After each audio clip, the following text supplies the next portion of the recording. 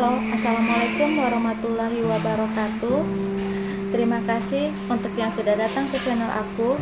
Kalau belum subscribe, tolong jangan lupa di subscribe, kemudian bunyikan lonceng, dan jangan lupa kasih like serta komentar biar aku makin semangat ya. Penantian dalam cinta, episode 163. Rencana menikah. Mas yakin Randi baru bisa tenang ke Surabaya kalau kita sudah menikah. Johan tersenyum memandang Nina. Melihat sikap putranya yang seakan tidak menghalangi dirinya untuk kembali dengan Nina, membuat Johan memberanikan diri untuk mengutarakan niatnya. Walau bagaimanapun, niat baik itu harus cepatnya dilakukannya. Apalagi mereka yang memang sama-sama saling mencintai dan pernah menjalani hidup bersama. Nina salah tingkah ketika mendengar ucapan Johan. Bila ibu ingin kembali sama ayah, tidak apa, jawab Randi. Dirinya tidak melarang sedikit pun ibunya untuk kembali dengan ayahnya, karena Randi tahu bahwa ibunya begitu sangat mencintai ayahnya. Apalagi dek yang dipikirin, nikah lagi ya sama Mas. Kali ini Johan yakin Nina tidak menolaknya, berhubung ia sudah mengutarakan perasaannya dan isi hatinya di depan anaknya. Hatinya ingin mengatakan iya, namun dirinya malu untuk mengungkapkan isi hatinya. Nina hanya menundukkan kepalanya tanpa sanggup memandang pria yang saat ini duduk di sampingnya. Padahal hanya mengatakan iya saja, tapi mengapa lidah terasa keluh? Nina berkata di dalam hatinya. Saat ini jantungnya berdegup dengan sangat hebatnya.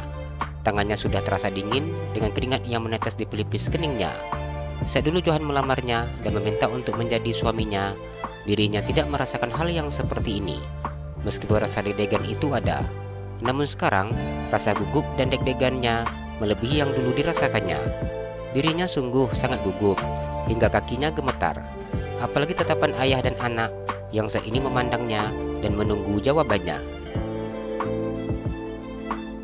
Ya sudahlah, ayah sama ibu ngobrol aja berdua. Aku tinggal dulu. Sepertinya ibu malu untuk menjawab. Randi memahami kondisi, memilih untuk pergi. Randi, panggil Nina yang tidak dihiraukan putranya yang sudah beranjak dari duduknya. Randi yang sudah melangkahkan kakinya dan sedikit menjauh, memutarkan badannya dan memandang ayahnya serta ibunya. Ingat ya, jangan pegang-pegang ibu aku. Kalau ayah belum jadi suami ibu lagi. Randi memperingati ayahnya. Apanya yang mau dipegang? Ibu kamu galak gini. Johan memandang Nina. Nina hanya diam ketika mendengar ucapan Johan. Saat ini dirinya sungguh tidak mampu untuk menjawab ucapan pria tersebut. Randi hanya tersenyum mendengar ucapan ayahnya. Ia kemudian pergi meninggalkan kedua orang tuanya. Randi memberikan ruang untuk ibu dan juga ayahnya berbicara berdua.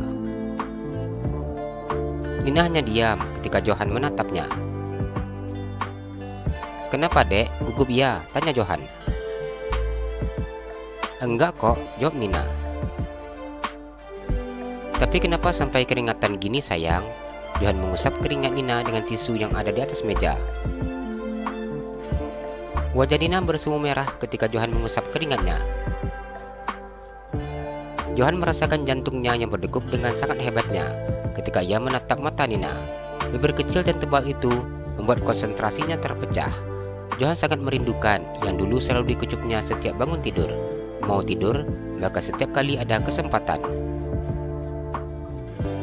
Nina yang menyadari tatapan Johan yang menatap bibirnya, dengan cepat Nina melipatkan bibirnya ke dalam dan menundukkan kepalanya. Ade sudah nggak ada alasan lagi tolak Mas. Randi mau menerima Mas menikahi ibunya. Dia semakin besar kepala ketika dirinya mendapat dukungan dari putranya. Kesempatan seperti ini itu sangat dimanfaatkannya. Nina mau, hanya saja pernikahannya setelah 100 hari meninggalnya Mbak Feni. Nina mengajukan syaratnya. Nina tidak mungkin berbahagia bersama dengan Johan, sedangkan saat ini kondisi Johan masih dalam masa bersedih. Air mata Johan menetes ketika mendengar jawaban Nina. Ia beranjak dari duduknya dan bersimpuh di depan Nina. Johan memegang tangan Nina dan menciumnya. Berikan kesempatan kedua seperti ini terasa seperti mimpi untuknya, yang sungguh tidak membutuhkan bahwa dirinya akan menghabiskan sisa usianya bersama dengan wanita yang begitu sangat dicintainya. Terima kasih sayang. Johan meletakkan tangan Nina di matanya. Nina menganggukkan kepalanya. Ia memegang kepala Johan dengan sebelah tangannya. Air matanya menetes dengan sendirinya. Ia mengusap rambut Johan. Dulu pria itu sangat senang tidur di atas pahanya dan kata tidur dengan sendiri ketika Nina mengusap-usap rambutnya seperti ini. Tangan Nina masih gemetar ketika mengusap rambut Johan. Nina tidak pernah menyangka bahwa ia akan menikah untuk kedua kalinya dengan orang yang sama. Cukup lama Johan dan Nina menangis seperti ini. Mereka sama-sama menangis terharu. Seperti inilah jodoh. Sekuat apapun manusia memisahkan, namun namanya jodoh pasti akan tetap bertemu dan kembali menyatu. Johan beranjak dari duduknya. Ia kembali duduk di samping Nina. Johan ingin kembali memegang tangan Nina, namun dengan cepat Nina menarik tangannya. Mas, jangan cari kesempatan ya. Nina membuka matanya yang sembab dengan lebar. Ia sudah kembali sadar. Johan mengusap air matanya. Nina hanya diam saat mendengar ucapan Johan. Nanti Mas akan kembali ke Surabaya, dan Mas akan bawa Randi ke Surabaya. Mas akan membimbing Randi selama di Surabaya. Setelah itu kita menikah. Mas akan menetap di sini menemani adik. Johan mengutarakan niatnya. Ia sudah tidak ingin lagi mengurus perusahaannya yang di Surabaya. Ia akan menyerahkan semuanya kepada putranya dan menikmati hari tuanya bersama dengan Nina. Nina menganggukkan kepalanya. Suara isak tangisnya masih terdengar. Mas sangat berterima kasih karena adik sudah mau memberikan Mas kesempatan kedua seperti ini. Johan tidak ada henti-hentinya mengucapkan syukurnya ketika Nina mau menerima dirinya kembali. Mas jangan tinggalin Nina lagi. Nina menatap Johan. Mas janji nggak bakalan ninggalin adek. Hanya maut yang bisa memisahkan kita, ucap Johan. Nina menggelengkan kepalanya. Jangan ngomong kayak gitu, Nina takut. Johan tersenyum. Dirinya begitu sangat bahagia ketika Nina kembali menerimanya seperti ini. Sudah malam, Mas pulang. Nina memandang Johan. Mas masih rindulah sayang, ucap Johan. Enggak boleh rindu-rindu. Sudah pulang sana, Nina mengusir Johan. Kau galak kali sih calon istri Mas. Johan tersenyum menggoda Nina. Melihat pipi Nina yang bersumber merah seperti ini membuatnya sangat senang. Nina tersenyum malu ketika mendengar ucapan Johan. Yakin nih, Mas disuruh cepat-cepat pulang. Apa nggak rindu nanti kalau Mas sudah pulang? Tanya Johan. Nina menggelengkan kepalanya. Tega amat sih dek. Masa sih nggak rindu dengan calon suami? Biarin aja. Ditinggalkan puluhan tahun aja Nina nggak rindu kok. Nina menjulurkan lidahnya.